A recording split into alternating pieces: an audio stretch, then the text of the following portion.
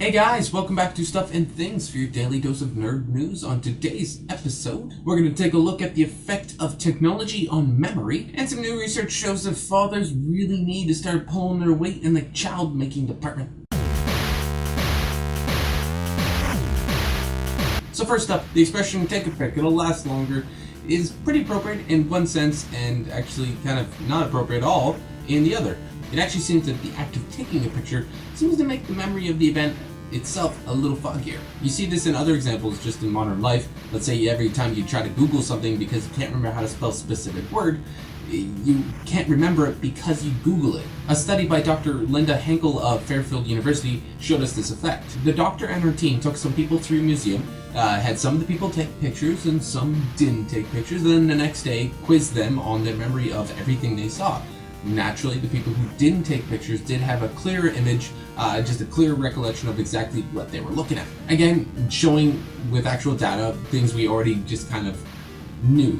An interesting little bit that popped up through this is that if people took their camera and then focused on a very specific part of an artifact, let's say you're looking at a vase and there's a cool little glyph on it, well, you focus in on that.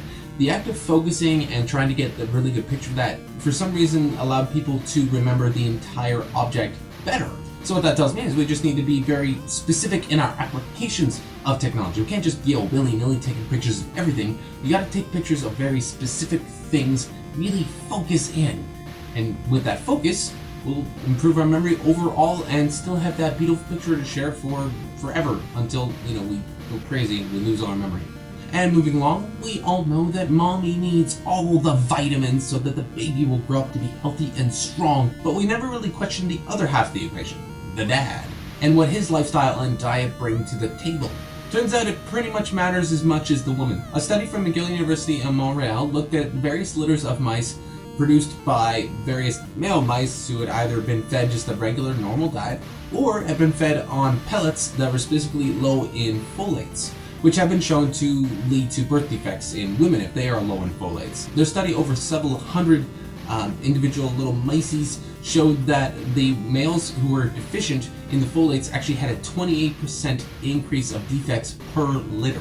We talked about this before. This actually all goes down to epigenetics. And what the male was doing with his, obviously his diet did affect the generations because it changed the epigenetic markers in his sperm. The team looked at the epigenetic markers that would be activated for a bunch of different things like diabetes, cancer, autism, schizophrenia, and they're all activated in the mice that had the unfortunate low folate father. Poor guys, sucks to be them. And even weirder, the placenta of the female mice was affected as well. It also carried the epigenetic markers, even though the female had a normal diet with rich in folates. But just because that man did, it screwed up the whole system. Apparently this idea is already kind of like not common knowledge, but it's getting around there. And this data just really nails it in. Men, you're part of the baby making. You're literally half of the whole thing. Sure, the egg is quite large in comparison to sperm, but you're still contributing half of that genetic material. You need to make sure that half is as good as you can make it. So pop those vitamins along with your wifey, or whatever you happen to be, and make sure you have a baby that's healthy and strong. But that'll be it for me today, guys, and I'd really love to know from you your opinion on the whole camera thing. When you go to museums or go on vacation, do you like to take a bunch of pictures? Or do you like to rely on the old Mark 1 eyeball? Let me know in the comments down below what your particular tastes are.